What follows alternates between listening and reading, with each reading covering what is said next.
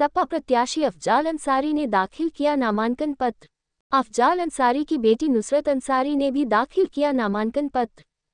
नुसरत अंसारी ने दाखिल किए 2 नामांकन पत्र। सपा के वैकल्पिक प्रत्याशी के रूप में नुसरत अंसारी ने दाखिल किया नामांकन पत्र। नुसरत अंसारी ने निर्दलीय प्रत्याशी के रूप में भी दाखिल किया नामांकन पत्र। एक बड़ी खबर गाजीपुर से है, जहां सपा प्रत्याशी अफजाल अंसारी ने आज नामांकन पत्र दाखिल किया है। इस दौरान अफजाल अंसारी की बेटी नुसरत अंसारी ने भी सपा प्रत्याशी के रूप में नामांकन पत्र दाखिल किया है। अफजाल अंसारी की बेटी नुसरत अंसारी 2 नामांकन पत्र दाखिल किए हैं।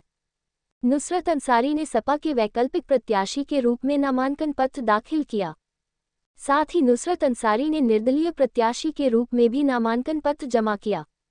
गौरतलब है कि अफजाल अंसारी को सपा ने पहले ही अपना प्रत्याशी घोषित कर रखा है, लेकिन अफजाल पर चल रहे केस के चलते उनकी बेटी नुसरत ने भी नामांकन किया है।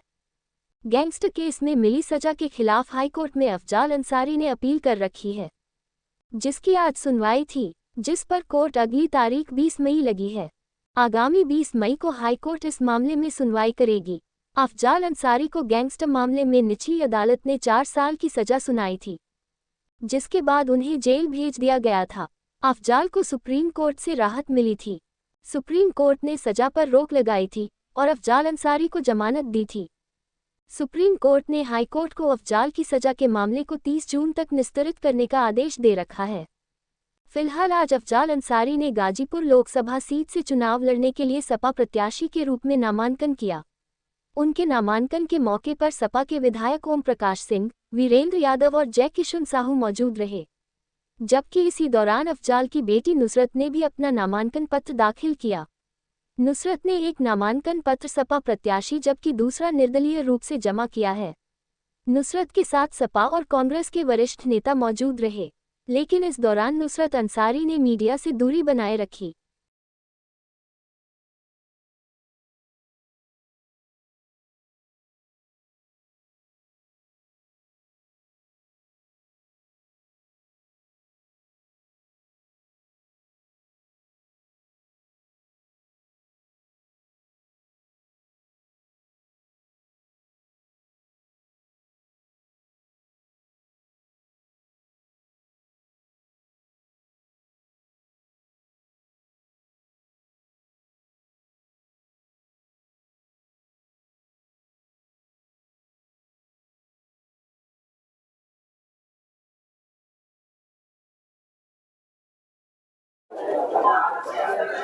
आज आपने नामांकन किया, क्या सेट में किया और आपके साथ आपकी बिटिया भी नजर आई? ऊपर करो। 2 सेट में समाजवादी पार्टी के कैंडिडेट की हैसियत से अफजाल अंसारी ने अपना नामांकन दाखिल किया। 2 सेट में समाजवादी पार्टी के कैंडिडेट अफजाल अंसारी के सब्स्टिट्यूट कैंडिडेट की हैसियत से, जैसा कि निर्वाचन आयोग के नियमों में इसका प्राविधान है, पार्टी की तरफ से AB फार्म अफजाल अंसारी को भी इश्यू हुआ है और पार्टी की तरफ से AB फार्म नुसरत अंसारी के भी फॉर्म में लगा। उन्होंने भी अपना नामांकन दाखिल किया। वो सब्स्टिट्यूट कैंडिडेट की होंगी। मेरे नामांकन पत्र में कोई आफत बलाए है तो उस स्थिति में भी वो सिंबल ऑटोमेटिकली ट्रांसफर हो जाएगा नुसरत अंसारी का। मेरा सिंबल एक्सेप्ट और मेरा पर्चा वैध, कोई आफत बलाए ना आ जाए, कट जाए आप लोगों की दुआ से। इतना सशंकित क्यों? अरे भाई, इतना सशंकित आप लोग बना दिए हैं।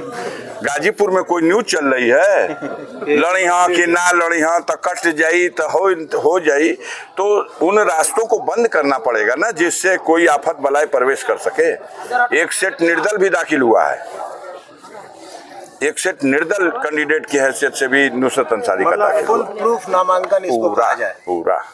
आज आपकी हाई कोर्ट में एक सुनवाई चल रही थी, उसमें एक तारीख भी आई है। अब हम अंदर जब गए थे तो पता चला 1 घंटा 40 मिनट हमारे वकील बहस कर चुके थे, बहस जारी थी। उसके आगे की आप कोई खबर हमें बता सकते हो तो बताइए, मुझे भी तसल्ली हो। आशुतोष क्या डेट है? 20 मई बता रहे हैं लोग, 20 मई बताया जा रहा है। अच्छा 20 मई तो महीना है ये है यार। 20 मई अगली 20 तारीख में शायद डेट पड़ी है। ना मतलब बहस तो हो गई जजमेंट के लिए या क्या? अब हम पूछेंगे। अच्छा तो ठीक है, वो डेट अपनी जगह। सांसद जी, आज आपके साथ मुख्तार अंसारी का बेटा उमर भी आया हुआ है और अटकलें चल रही थी कि उमर अंसारी नाराज चल रहे हैं। कृपा करके ये बताइए, ये अटकल कौन लगा रहा था और हवा इसको कौन दे रहा था? मीडिया में चल रही थी। तो मीडिया के भाइयों से हम लड़े कि विरोधी पार्टियों से लड़े? तो आज उसको इसीलिए लाना पड़ा? नहीं, हम क्यों लाना पड़ा? हम तो परिवार के गार्जियन हैं। इस स्तर पर हमारे परिवार का बच्चा इसमें सम्मिलित हो रहा है, तो आप फिर इसको भी कोई हवा दे दो, कोई हवा दो। क्या करना है? लाना पड़ा का कहाँ से बात आया? वो मेरा घर का बच्चा है। मैंने कल भी कहा था मेरे घर में सब खैरियत है और कोई घुसपैठ काम नहीं आ सकती। चुनाव मजबूती से लड़ रहे हैं, कैसा है चुनाव आपका? हमारा चुनाव आप पता करिए, कोई भी कैंडिडेट अपना चुनाव अच्छा समझता है। हम लोग सादगी के साथ पैदल टहलते हुए अंदर गए, पर्चा भर के जांच पड़ताल करा के वापस चले आए। दिक्कत समझ में आई? कैसी दिक्कत? जैसे कोई अड़चन या कोई?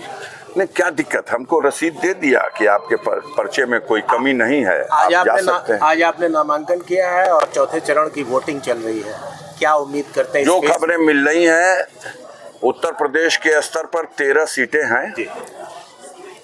इस पिछले 2019 में 13 की 13 सीटें जीत गई थी भारतीय जनता पार्टी।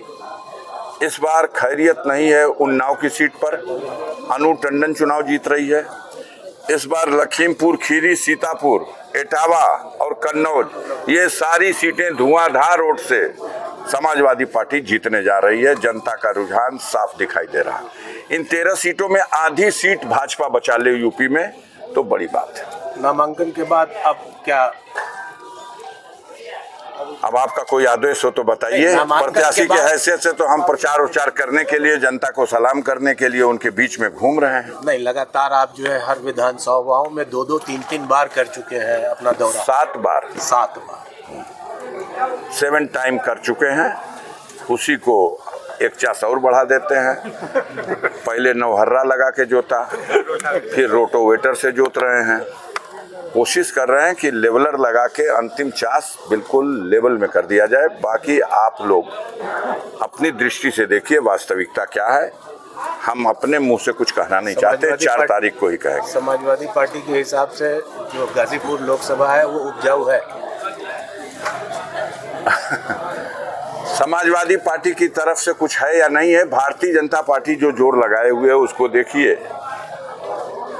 कि उत्तराखंड के चीफ मिनिस्टर को भी पर्चा भराने के लिए बुलाना पड़ा और उत्तर प्रदेश के डिप्टी सीएम भी सम्मिलित हुए और पूरी ताकत लगा दिया। हम लोग उनके सामने पर्चा भरने के उस कार्यक्रम के जो दृश्य थे उस मामले में कहीं नहीं खड़े हैं। पिछली बार आपने दावा किया था कि इतने लाख से जीतूंगा, इस बार भी कोई दावा? अब नहीं कर सकते। अब 4 तारीख को गणना होगी, वहीं पे आपसे बात होगी। ठीक है। ठीक है भैया। नितिन का